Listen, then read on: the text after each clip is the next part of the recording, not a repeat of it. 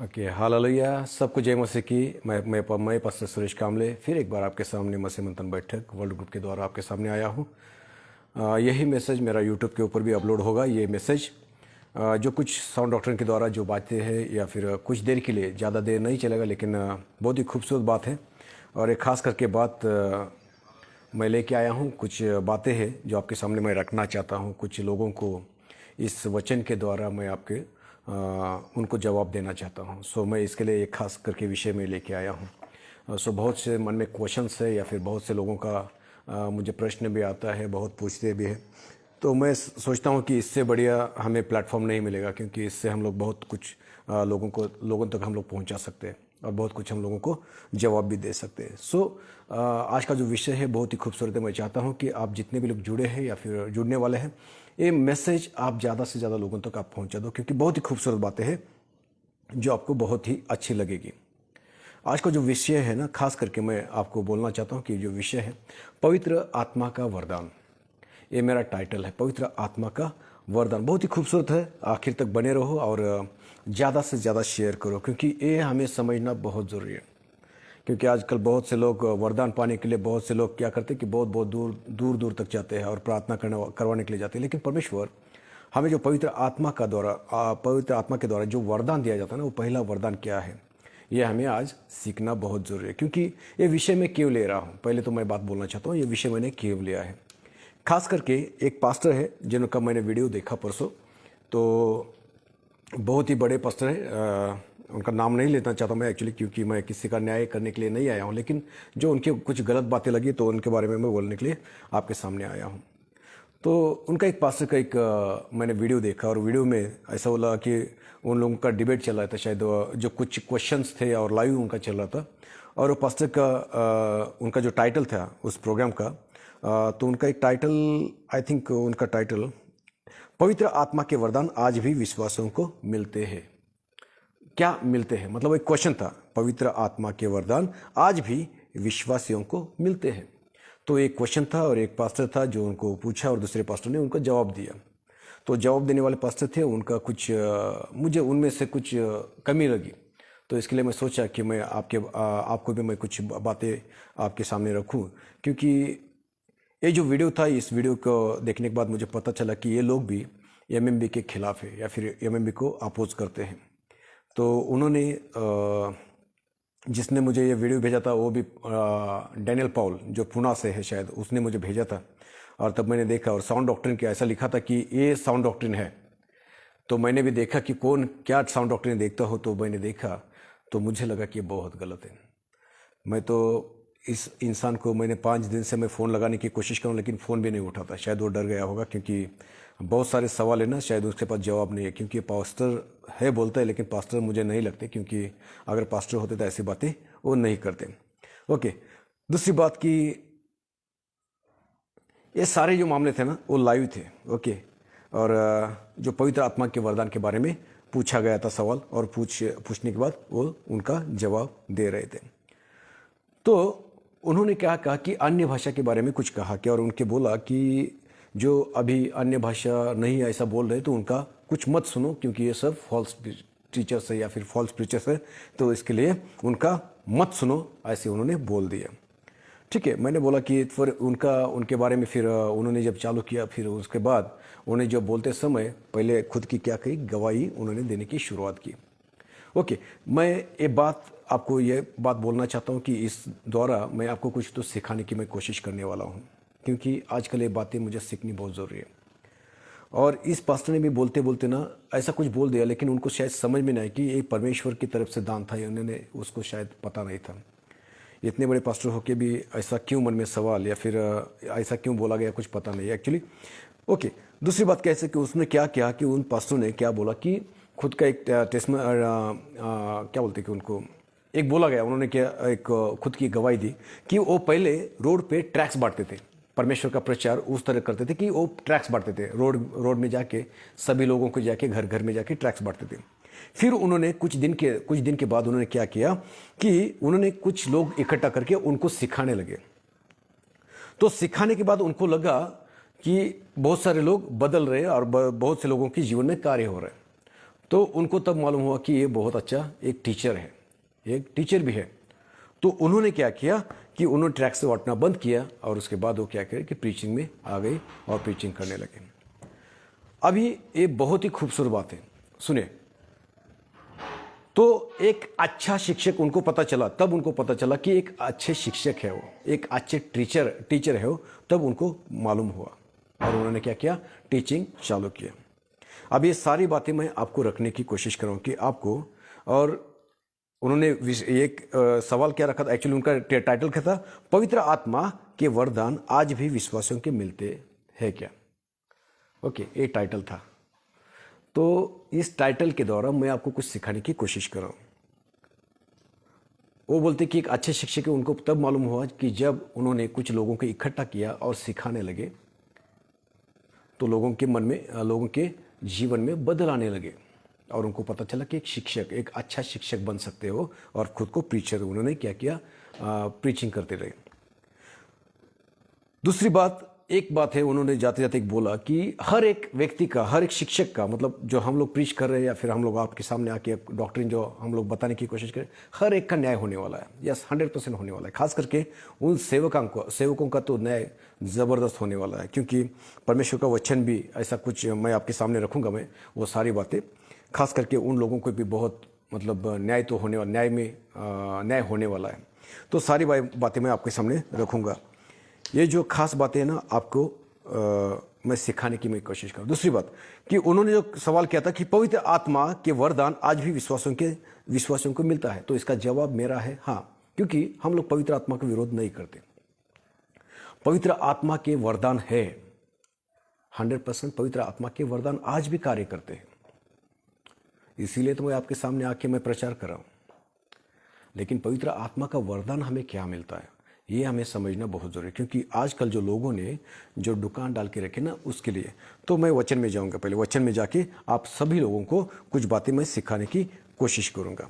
पहले तो हमें ये पता चलना चाहिए कि पौलुस कहता है कि 1 कुरिन्थी की किताब, इसका 3 अध्याय और 10 से हम लोग कुछ पढ़ेंगे, उसमें कुछ बातें हैं जो रखेंगे। क्योंकि आजकल जो लोग क्या करें कि बहुत से लोगों को कुछ गलत बातें सिखाने की कोशिश करते हैं, लेकिन मैं आपको एक सिखाने की कोशिश करूंगा कि परमेश्वर का वचन हमें क्या कह रहा है। 1 कुरिन्थी की किताब, इसका 3 अध्याय और 10 से मैं 14 तक वचन पढ़ूंगा। इसमें बहुत सारी बातें जो आपको बोलते हैं ना, दूध का दूध और पानी का पानी जैसे बोलते हैं ना, तो वही मैं बातें आपके सामने रखने की कोशिश करूँगा। लेकिन उससे पहले मैं वचन पढ़ के आपको बताना चाहता हूँ कि क्या परमेश्वर का वचन क्या कहता है, पौलुस क्या कहता है। तो पौलुस का वचन ये कहता है कि 3 अध्याय 1 कुरिन्थी, इसका 3 अध्याय 10 से 14 तक मैं पढ़ूंगा। परमेश्वर के उस अनुग्रह के अनुसार जो मुझे दिया गया, मैंने बुद्धिमान राजमिस्त्री के समान नींव डाली। नींव मतलब क्या, फाउंडेशन, नींव डाली, और दूसरा उस पर रद्दा रखता है, परंतु हर एक मनुष्य चौकस रहे कि वह उस पर कैसा रद्दा रखता है। मतलब मैंने जो फाउंडेशन डाली है, किसको, प्रभु यीशु मसीह के, परमेश्वर के अनुग्रह से अनुसार जो मुझे दिया गया, मतलब जो परमेश्वर से मुझे मिला है, मैंने बुद्धिमान, मतलब जो कुशलता से, एक बुद्धिमान व्यक्ति के समान, राजमिस्त्री के समान नींव डाली, मतलब फाउंडेशन डाला है, और दूसरे उस पर रद्दा रखते हैं, परंतु हर एक मनुष्य चौकस रहे कि वह उस पर कैसा रद्दा रखता है, क्योंकि उस नींव को छोड़ जो पड़ी है और वह यीशु मसीह है, कोई दूसरी नींव नहीं डाल सकता। मतलब यीशु मसीह के सिवा हम लोग किसी के ऊपर नहीं रच सकते, या समझे ना, हम लोग उसके सिवा, हम लोग मतलब जो हमारा फाउंडेशन है यीशु मसीह होना चाहिए। और पौलुस भी वही कहता है, तो यीशु मसीह के सिवा दूसरा, मतलब यीशु मसीह है, कोई दूसरी नींव नहीं डाल सकता। यदि कोई इस नींव पर सोना या चांदी या बहुमूल्य पत्थर या काट या घास या फूस का रद्दा रखे, तो हर एक काम प्रकट हो जाएगा, क्योंकि वह दिन उसे बताएगा, इसलिए कि आग के साथ प्रकट होगा, और वह आग हर एक का काम परखेगी कि कैसा है। जिसका काम उस पर बना हुआ स्थिर रहेगा, वह मजदूरी पाएगा। ये सारे जो वचन है ना, ये खास करके उन सेवकों के लिए है, खास करके जो प्रीच कर रहे हैं। आजकल बहुत से मीडिया के ऊपर, फेसबुक के ऊपर या यूट्यूब के ऊपर आके क्या करें कि प्रीच करें, तो उनके लिए खास करके अभी जो बातें प्रभु यीशु मसीह को छोड़ के करेगा, या फिर प्रभु यीशु मसीह की शिक्षा को नजरअंदाज करके दूसरी बातें सिखाएगा ना, उनके लिए खास करके ये बातें। तो उनको मैं मानता हूं कि न्याय करने वाला परमेश्वर है और हर एक की शिक्षा जो भी गलत है परमेश्वर उसका न्याय करेगा, ये मैं भी मानता हूं। और यह भी साउंड डॉक्ट्रिन जो प्रभु यीशु मसीह ने बातें हमें सिखाई ना, वही हमें सीखनी है, तो वही मैं आपको सिखाने की मैं कोशिश कर रहा हूं। तो ये जो मैंने पढ़ा है इसके लिए, क्योंकि हर एक का काम, जिसका काम उस पर बना हुआ स्थिर रहेगा वह मजदूरी पाएगा। मतलब जिसके ऊपर जो यीशु मसीह जो न्यू है, हाँ, जो फाउंडेशन के ऊपर, ओके, मुझे एमएमबी सोडून, ओके, नो प्रॉब्लम, ओके, ठीक है। तो जो गलत भी कमेंट करते हैं नो प्रॉब्लम, कुछ प्रॉब्लम नहीं है, मुझे कुछ उसको कुछ फर्क नहीं पड़ता, ओके, नो प्रॉब्लम। लेकिन जो बातें हैं ना मैं सिखाने की कोशिश कर रहा हूँ ना, क्योंकि बहुत ज़रूरी है। हर एक का काम प्रकट होने वाला है। मैं कैसा काम कर रहा हूँ, मैं कैसा प्रीच कर रहा हूँ, हर एक काम प्रकट होने वाला है, क्योंकि जो आने वाला है वो आने वाला है और वो सबका न्याय करने वाला है। तो इसके लिए मैं बोल रहा हूँ कि परमेश्वर का वचन कि परमेश्वर हर एक का न्याय करने वाला है, ओके। तो सबकी मजदूरी, मतलब जिसके ऊपर, मतलब उसके ऊपर जिसकी रद्दा रखा है, मतलब क्या हुआ कि जिसके ऊपर वो रची है ना, जो कलीसिया रची है ना, वो 100% टिकेगी। लेकिन प्रभु यीशु मसीह के सिवा दूसरी नींव नहीं है, मतलब दूसरा फाउंडेशन के ऊपर अगर हम लोग रखेंगे वो नहीं टिक सकेगी। इसके लिए परमेश्वर का वचन कहता है कि तो हर एक का काम प्रकट हो जाएगा, क्योंकि वह दिन उसे बताएगा, इसलिए कि आग के साथ प्रकट होगा। प्रभु यीशु मसीह का वचन कहता है, प्रभु यीशु पौलुस कहता है कि वो आग के साथ प्रकट होगा, वह आग हर एक का काम परखेगी कि कैसा है। हालेलुया। मतलब मेरा भी काम कैसा है ना, वो परखेगी, वो आग परखेगी, उसमें से मुझे जाना ही होगा। हालेलुया। तो हम लोग किसी को ब्लेम नहीं कर सकते कि तुम गलत हो या तुम सही हो, हम किसी को ब्लेम नहीं कर सकते, क्योंकि हमें न्याय करने का अधिकार परमेश्वर ने नहीं दिया है। दूसरी बात, एक कोरिन्थियों का 14 अध्याय में कुछ बातें रखने की मैं कोशिश करूंगा आपके सामने, और उसमें कुछ बातें हैं जो अन्य भाषा के बारे में लोग बोलते हैं कि अन्य भाषा के बारे में, हाँ। तो मैं अभी अपने विषय में नहीं गया, लेकिन कुछ बातें हैं जो मैं आपके सामने रखना चाहता हूँ, ओके। परमेश्वर का वचन कहता है कि 1 कोरिन्थियों इसका 23 से मैं 25 तक पढ़ूंगा। अंत आदि कलीसिया एक जगह इकट्ठे हो और सब के सब अन्य भाषाएं बोले और बाहर वाले या अविश्वासी लोग भीतर आ जाए, तो क्या वे तुम्हें पागल नहीं कहेंगे? मतलब हर एक आदमी अन्य भाषा में प्रार्थना कराए, अन्य भाषा में बड़बड़ कराए, जो आजकल बोली जाती है। तो परमेश्वर का वचन कहता है कि पौलुस कहता है, तो क्या वे तुम्हें पागल न कहेंगे? परंतु यदि सब भविष्यवाणी करने लगे और कोई अविश्वासी या बाहर वाला मनुष्य भीतर आ जाए, तो सब उसे दोषी ठहरा देंगे और परख लेंगे और उसके मन के भेद प्रकट हो जाएंगे, और तब वह मुंह के बल गिरकर परमेश्वर को दंडवत करेगा और मान लेगा कि सचमुच परमेश्वर तुम्हारे बीच में है। हालेलुया। यह वचन बहुत खूबसूरत है। बहुत सारे लोग कहते हैं कि अन्य भाषा के ऊपर जब भी बोला जाता है, 14 अध्याय लेते हैं उसके ऊपर बोला जाता है, लेकिन यहाँ लिखा है यदि कलीसिया एक जगह इकट्ठे हो और सब अन्य भाषा में बोले और बाहर वाले या अविश्वासी लोग भीतर आए, तो क्या वे तुम्हें पागल न कहेंगे? क्योंकि उनको समझ में नहीं आएगा तुम क्या बोल रहे हो, यह समझ में नहीं आएगा। इसके लिए अगर कोई, लेकिन परंतु यदि सब भविष्यवाणी करने लगे। अभी ये भविष्यवाणी क्या है, मुझे बहुत सी खूबसूरत मुझे बात लगी कि ये क्योंकि मराठी में इसका अर्थ अलग है और संदेश देने लोगों के ऐसा है। तो भविष्यवाणी मतलब क्या? तो बहुत से लोगों ने क्या कि भविष्यवाणी को क्या किया, एक ही वर्ड को लेके भविष्यवाणी, मतलब हर एक के सर पे हाथ रख के तुम ये हो जाएगा, तुम फॉरेन जा सकते हो, तुम्हें बहुत पैसा मिलेगा। ये भविष्यवाणी नहीं है। भविष्यवाणी क्या है, हमें यह परखना बहुत जरूरी है। पहले भविष्यवाणी हमें कौन सी बोली? भविष्यवाणी मतलब कि संदेश, मैसेंजर मतलब क्या? मैसेज मतलब क्या? संदेश मतलब क्या? जो आने वाली बातें हैं, जो परमेश्वर के वचन के थ्रू हमें आने वाले लोगों को सूचित करना है वचन के द्वारा। बरोबर? अगर सही है तो सही बोलो, गलत है तो गलत बोलो। संदेश मतलब क्या? मैसेज मतलब क्या? कि मैसेज के द्वारा हम लोगों को अलर्ट करते हैं या फिर सूचित करते हैं। क्या करते हैं? सूचित, कि हमें क्या भविष्यवाणी करनी है, मतलब हमें क्या संदेशा देना है, क्योंकि हम we are the messenger of God. हमें परमेश्वर के एक संदेशवाहक है। जो मैसेज हमें दिया है परमेश्वर ने, वो मैसेज हमको परमेश्वर के, क्योंकि प्रभु यीशु मसीह भी वो स्वर्ग के राज्य की बातें करता था, आने वाले स्वर्ग के राज्य की बातें करता था, क्योंकि वो हमें पाना है। तो जब हम लोग प्रकाशित वाक्य में देखते हैं कि हमें क्या भविष्यवाणी करनी है, तो परमेश्वर का वचन कहता है कि जब यूहन्ना का प्रकाशित वाक्य मतलब आने वाले दिनों में क्या होने वाला है, आखिरी दिनों में क्या होने वाला है, प्रभु यीशु मसीह का कैसे आने वाला है, परमेश्वर का वचन कहता है देखो वह बादलों के साथ आने वाला है और हर एक आंख उसे देखेगी, वरन जिन्होंने उसे बहुत बेदा था वे भी उसे देखेंगे और पृथ्वी के सारे कुल उसके कारण छाती पीटेंगे। हाँ आमीन। प्रभु परमेश्वर जो है और जो था और जो आने वाला है, जो सर्वशक्तिमान है, यह कहता है मैं ही अल्फा और ओमेगा हूं। हमें क्या संदेशा पहुंचाना है कि प्रभु यीशु मसीह वापस आने वाले, किसके लिए? न्याय करने वाले हैं, न्याय करने के लिए आने वाला है। और हमें सबको क्या करना है कि हमें संदेश, जो अगर हम लोग मैसेंजर से, हम लोग परमेश्वर के अगर संदेश देने वाले हैं, तो परमेश्वर का वचन कहता है हमें भविष्यवाणी क्या करनी है। आजकल भविष्यवाणी अलग अलग करती है, लेकिन वो भविष्यवाणी नहीं। भविष्यवाणी का मतलब है कि संदेश, हमें मैसेज, अगर हम लोग क्या मैसेज दे रहे हैं। अब अगर आप ये सारे अगर बातें इंग्लिश में देखेंगे या फिर हिंदी में देखेंगे या फिर कुछ भी, तो आपको सब में अलग अलग आपके ट्रांसलेशन आपको नजर आएंगे।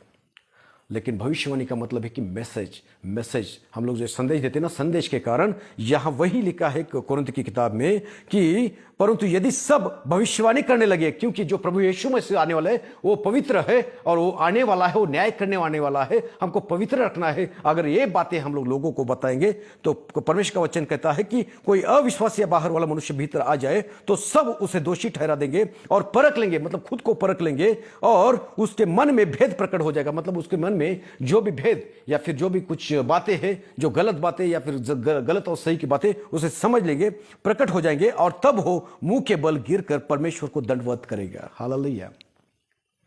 इसे कहते भविष्यवाणी, इसे कहते संदेशा, इसे कहते messenger. We are the messenger of God. क्या हम लोग मैसेज दे रहे हैं? हम भविष्यवाणी। दूसरी बात, अगर हम लोग देखेंगे कि परमेश्वर का वचन हमें क्या कहता है कि हम लोग जब भी बात करते हैं कि हम लोगों को कि हम लोग पवित्र आत्मा का वरदान, सब लोग पवित्र आत्मा के वरदान, पवित्र आत्मा का वरदान, पवित्र आत्मा का वरदान, सब लोग हम लोग देखते हैं कि परमेश्वर का वचन कहता है, अभी देख जाएंगे हम लोग पवित्र आत्मा का वरदान। ये मैसेज लोग कौन देते हैं या फिर मैसेज कहां से आता है, ये हमें पता होना चाहिए। हर एक मैसेज परमेश्वर का हम लोग देखेंगे कि हम लोग 2 पेतरस इसकी दूसरा 2 पेतरस इसका एक वचन मैं पढ़ूंगा क्योंकि बहुत खूबसूरत है। शब्द वचन कर दो। हालेलुया।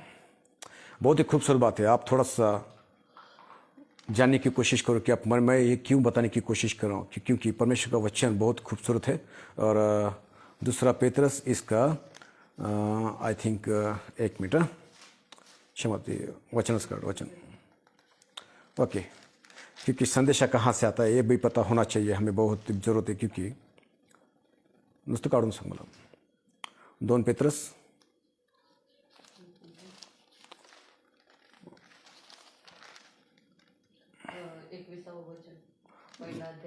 हाँ यस, पहला अध्याय और 21 वचन। परमेश्वर का वचन कहता है क्योंकि कोई भी भविष्यवाणी मनुष्य की इच्छा से कभी नहीं हुई, पर भक्त जन पवित्र आत्मा के द्वारा उभारे जाकर परमेश्वर की ओर से बोलते हैं। हालेलुया।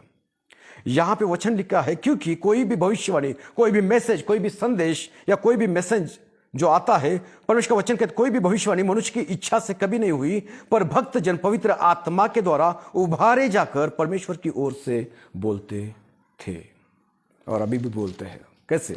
मैं बोलता हूं आपको, परमेश्वर के वचन से बोलता हूं। और जो पेंतिकोस्त के दिन जो हम लोग पढ़ते हैं कि प्रेरितों की किताब, प्रेरितों के काम, इसका दूसरा अध्याय जब हम लोग पढ़ते हैं, वहां से हर एक लोगों ने अलग अलग बातें उन्होंने क्या की ले, लेकिन जो मेन बात है ना उसने नहीं सीखी। हमको ये मालूम होना चाहिए कि पवित्र आत्मा का पहला जो वरदान मिलता है वो कौन सा वरदान मिलता है हमें? पवित्र आत्मा का वरदान हमें आज भी मिलता है।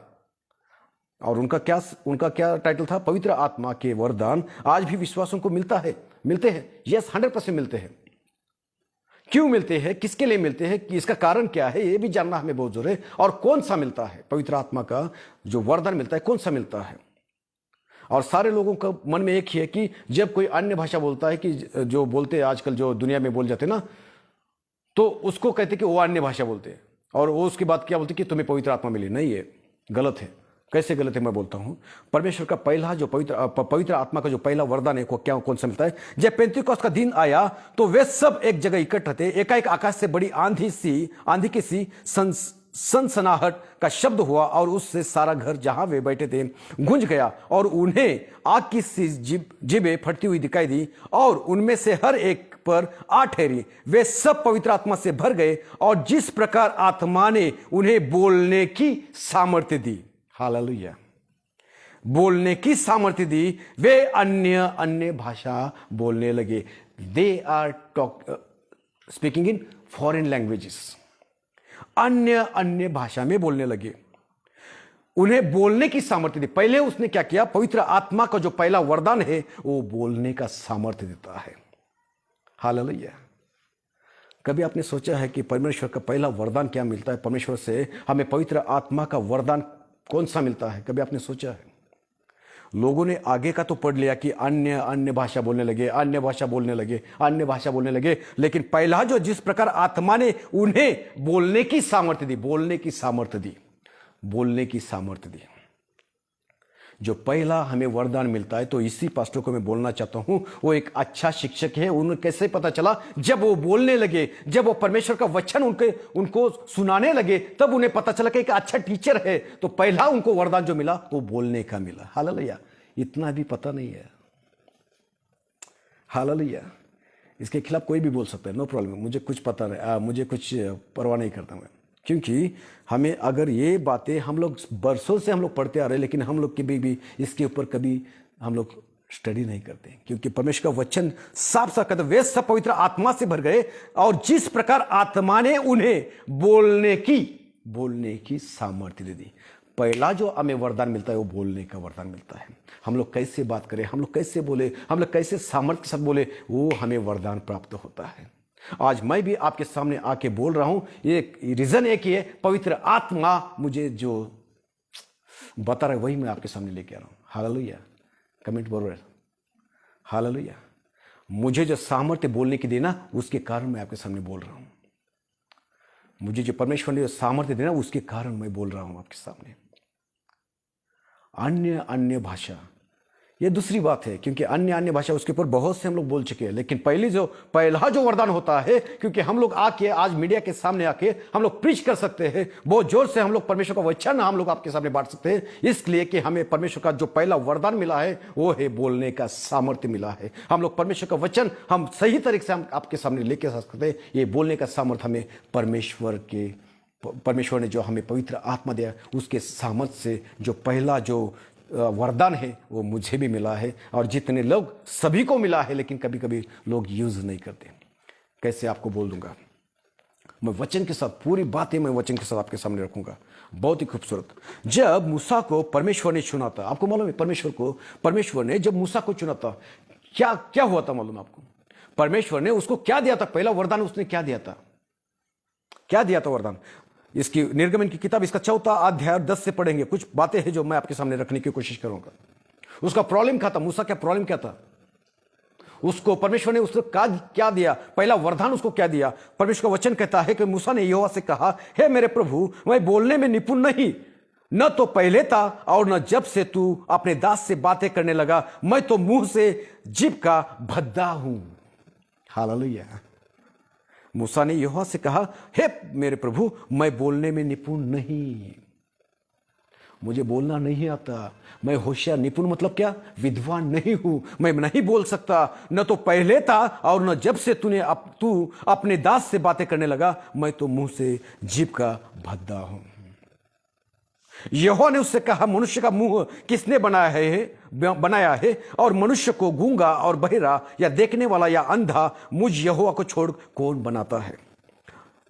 अब जा, मैं तेरे मुख के संग होकर जो तुझे कहना होगा वह तुझे सिखलाता जाऊंगा। हालेलुया। Jesus Christ. पहला वरदान मूसा को क्या मिला? उसके प्रॉब्लम क्या थी? वो बोलने में निपुण नहीं था, वो जीभ का क्या था? भद्दा था, मतलब उसको बोलना नहीं आता था। जीभ, जड़ जीभ, ऐसा मराठी में बोलते जड़ जीभ। वो बोल नहीं सकता था, स्पष्टता से नहीं बोल सकता था उसको। उसको प्रॉब्लम था उसके, लेकिन परमेश्वर का वचन कहता है, उसने क्या बोला, अब जा, मैं तेरे मुख के संग होकर जो तुझे कहना होगा वह तुझे सिखलाता जाऊंगा। हालेलुया। क्योंकि उसको 6 लाख से भी ज्यादा लोगों को क्या करना था, लीड करना था। उसको क्या चाहिए था, बोलना। आज हमें भी लोगों के सामने जब बोलते हैं तो हमें क्या चाहिए, हमें एक बोलने की सामर्थ्य चाहिए। तो पहला जो वरदान मिलता है पवित्र आत्मा के थ्रू वो है बोलने की शक्ति, बोलने का सामर्थ्य हमें प्राप्त होता है। और वो हर एक आदमी के लिए। क्यों, इसका रीजन भी बोलता हूं कि बहुत ही खूबसूरत वचन है, आप इसे नज़रअंदाज मत करो। क्योंकि ये जो परमेश्वर की महान आज्ञा जब हम लोग पढ़ते हैं कि मत्ती की किताब इसका 28 अध्याय है, और हम लोग कुछ पढ़ते हैं कि वो उसमें 18 से हम लोग पढ़ेंगे। यीशु ने उनके पास आकर कहा, स्वर्ग और पृथ्वी का सारा अधिकार मुझे दिया गया है, इसलिए तुम जाओ, सब जातियों के लोगों को चेला बनाओ और उन्हें पिता और पुत्र और पवित्र आत्मा के नाम से बपतिस्मा दो, और उन्हें सब बातें जो मैंने तुम्हें आज्ञा दी है मानना सिखाओ, और देखो मैं जगत के अंत तक सदा तुम्हारे संग रहूंगा। यहां लिखा है कि मैंने तुम्हें आज्ञा दी है, मानना सिखाओ। अभी सिखाएंगे कैसे, सिखाएंगे कैसे? इसके लिए हमें बोलना जरूरी है, और बोलना सीखना हमें बहुत जरूरी है। हालेलुया। परमेश्वर का वचन कहते हो, तुम जा, सारी सृष्टि को क्या करें, सुसमाचार सुना, और सुसमाचार सुनाते समय क्या करो कि तुम जो मैंने कुछ सिखाया ना, वो उन लोगों को सिखाओ। सिखाने के लिए क्या जरूरत है, बोलना जरूरी है, और बोलने के लिए ज्ञान की जरूरत है। हालेलुया। तो हमें पहला कौन सा वरदान चाहिए, बोलना। हालेलुया। तो हम लोग जब तक नहीं बोलेंगे तब तक परमेश्वर का सुसमाचार नहीं जाएगा। इसके लिए जो भी जितने भी लोग आज जुड़े हैं या फिर जितने भी लोग आज प्रचार करते हैं, उन सभी लोगों को बोलना चाहता हूं कि हम लोग जो बोल रहे हैं या फिर हम लोग परमेश्वर का वचन बांट रहे हैं, ये ऐसे ही नहीं बात करें कि जो परमेश्वर का पवित्र आत्मा का जो पहला वरदान है ना, जो हमें मिला है, इसके कारण हम लोग आपके सामने आके बात कर रहे हैं, परमेश्वर के वचन के द्वारा हम लोग बात करें। हालेलुया। बहुत सारे लोग हैं जिन्होंने ग्रेजुएशन किया, डबल ग्रेजुएशन किया, पीएचडी किया, लेकिन वो नहीं बोल सकते, लेकिन हम लोग बोल सकते हैं। हालेलुया। मेरा एजुकेशन भी ज़्यादा नहीं है, मेरा एजुकेशन भी ज़्यादा नहीं है। मैं भी बचपन से मुझे आदत थी कि मैं एक शब्द था जो बोलने में बहुत मुश्किल होती थी, और इसके कारण मैं बोल नहीं सकता था, मैं गा नहीं सकता। लेकिन मैं आज वर्शिप भी कर सकता हूँ, गाना भी गा सकता हूँ, मैं परमेश्वर का वचन भी आप में बांट सकता हूँ, क्योंकि ये पहला वरदान जो है जो परमेश्वर ने मुझे दिया है, और वो है बोलने का सामर्थ्य। हालेलुया। वो है बोलने का सामर्थ्य जो आप लोगों के पास भी है, और उसका यूज करना है। क्योंकि हम लोगों को परमेश्वर का वचन, हमें सब लोगों को क्या करना है, हमें बांटना है। इसके लिए परमेश्वर का वचन, पहले परमेश्वर का वचन, परमेश्वर का पहला जो वरदान हम सबको मिला है, लेकिन हम सिर्फ यूज नहीं कर सकते, यूज नहीं करते। आज परमेश्वर का दूसरा वचन देखेंगे, यिर्मयाह की किताब इसका पहला अध्याय। परमेश्वर का वचन कहता है, 4 से हम लोग पढ़ेंगे। और एक इंसान है जो हम लोग उदाहरण के तौर पे देखेंगे। तब यहोवा का यह वचन मेरे पास पहुंचा, गर्भ में रचने से पहले ही मैंने तुझ पर चित्त लगाया, और उत्पन्न होने से पहले ही मैंने तेरा अभिषेक किया, मैंने तुझे जातियों का भविष्यवक्ता ठहराया। तब मैंने कहा, हाय प्रभु यहोवा, देख मैं तो बोलना भी नहीं जानता, क्योंकि मैं लड़का ही हूं। परंतु यहोवा ने मुझसे कहा, मत कह कि मैं लड़का हूं, क्योंकि जिस किसी के पास मैं तुझे भेजूं वहां तू जाएगा, और जो कुछ मैं तुझे आज्ञा दूं वही तू कहेगा। तू उनके मुख को देखकर मत डर, क्योंकि तुझे छुड़ाने के लिए मैं तेरे साथ हूं, यहोवा की यह वाणी है। तब यहोवा ने हाथ बढ़ाकर मेरे मुंह को छुआ, और यहोवा ने मुझसे कहा, देख मैंने अपने वचन तेरे मुंह में डाल दिए, अब जाके तू बोल। हालेलुया। हालेलुया। परमेश्वर ने उसके मुंह के हाथ लगाया, उसको स्पर्श किया, क्या दी, ताकत, बोलने की ताकत दी। हालेलुया। जो पहला हमें वरदान, इसके लिए मैं परमेश्वर का वचन कहता है कि परमेश्वर का वचन। दूसरा एक और एक, क्योंकि हम लोग उदाहरण के तौर पे जब सीखते ना तभी हमको समझ में आता है, ये प्रॉब्लम है इंसानों का। और एक वचन देखेंगे, यहेजकेल की किताब इसका 3रा अध्याय। परमेश्वर का वचन कहता है, 1 से पढ़ेंगे हम लोग 3 तक। तब उसने मुझसे कहा, किसने, परमेश्वर ने। तब उसने मतलब परमेश्वर ने, किससे, यहेजकेल से। तब उसने मुझसे कहा, हे मनुष्य के संतान, जो तुझे मिला है उसे खा ले, अर्थात इस पुस्तक को खा, तब जाकर इस्राएल के घराने से बातें कर। इसलिए मैंने मुंह खोला और उसने वह पुस्तक मुझे खिला दी।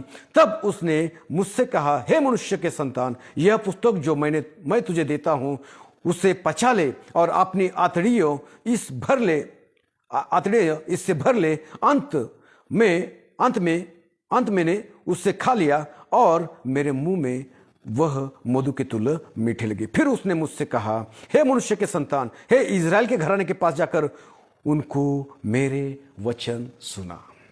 Hallelujah, hallelujah. कितनी बड़ी बात है।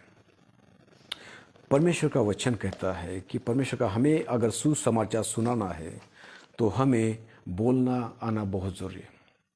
तो इसलिए परमेश्वर ने जो पहला जो वरदान दिया था वो अन्य भाषा नहीं, जो अभी आज जो बोले ना वो अन्य भाषा नहीं है।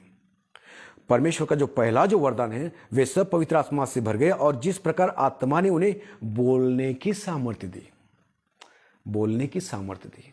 जो पहला जो हमारा वरदान है वो है बोलने का सामर्थ्य देता है परमेश्वर। हालेलुया, कितनी बड़ी बात है।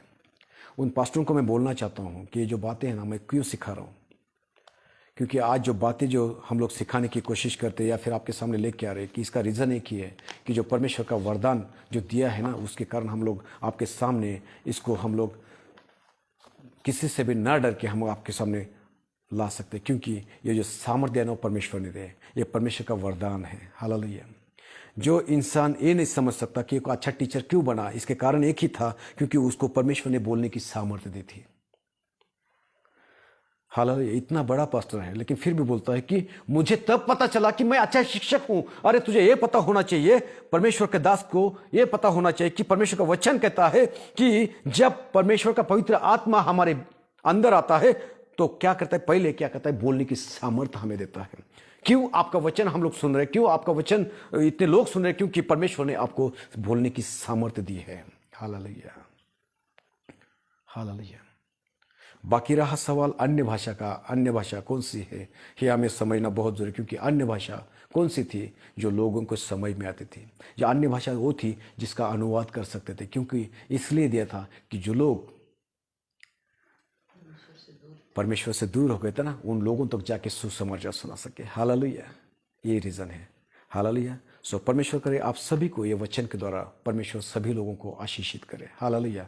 God bless you all, thank you so much. Hallelujah. ये अगर वचन आपको सही लगा तो आप ज़्यादा से ज़्यादा शेयर करो। दूसरी बात, ये वचन मैं यूट्यूब पे डाल रहा हूँ, अगर आपको लगता है ना आप सब्सक्राइब करो, देखो, उसको लाइक भी करो और भी लोगों तक पहुँचाओ, क्योंकि वचन हमें समझना बहुत ज़रूरी है। क्योंकि वचन समझने मतलब कैसे कि बहुत से लोगों ने लोगों को भरमा के रखा है। हालेलुया, भरमा के रखा है। आज ही मुझे कुछ दोस्त थे मेरे जो ओमान से हैं, मुझे कॉल आया था, उनको बोला, और जब कुछ बातें बोली तो वो भी लोग कहते कि नहीं, जब तक तुम अन्य भाषा नहीं बोलते तुमको पवित्र आत्मा नहीं मिला। वो सब लोग मूर्ख है। क्यों मालूम है? अन्य भाषा कौन सी है ना, परमेश्वर का दान कौन सा है ना, ये हमें पता नहीं कि परमेश्वर ने क्यों, परमेश्वर ने कभी भी ऐसा नहीं कि पहले पास्टर हो जाओ पहले, या फिर ये करो फिर वो करो, फिर दीक्षा ले लो फिर उसके बाद जाके सुसमाचार सुनाओ। नहीं, परमेश्वर ने हर एक को काम दिया, लेकिन परमेश्वर ने सबको पवित्र आत्मा के द्वारा बोलने की शक्ति भी दी है। हम लोग जाके इसके लिए कि हम लोग, ताकि हम लोग गाँव जाके, हम लोग शहर शहर जाके, हम लोग देश विदेश में जाके हम लोग परमेश्वर का सुसमाचार सुनाए। और अन्य भाषा कौन सी है, ताकि मैं शायद मैं ऐसी जगह भी होगी उसकी भाषा मुझे परमेश्वर दे सकता है जहाँ पे मैं जाके, उसको कहते हैं अन्य भाषा, कि जहाँ मैं जाके उनको सुसमाचार सुनो। शायद मेरे घर में किसी को ना समझ में आए लेकिन उन लोगों को मेरी भाषा समझ में आएगी, इसको कहते हैं अन्य भाषा। सो परमेश्वर करे आप सभी को परमेश्वर आशीषित करे। God bless you all. अगर आपको अच्छा लगे आप शेयर करो। God bless you all, thank you so much. Hallelujah.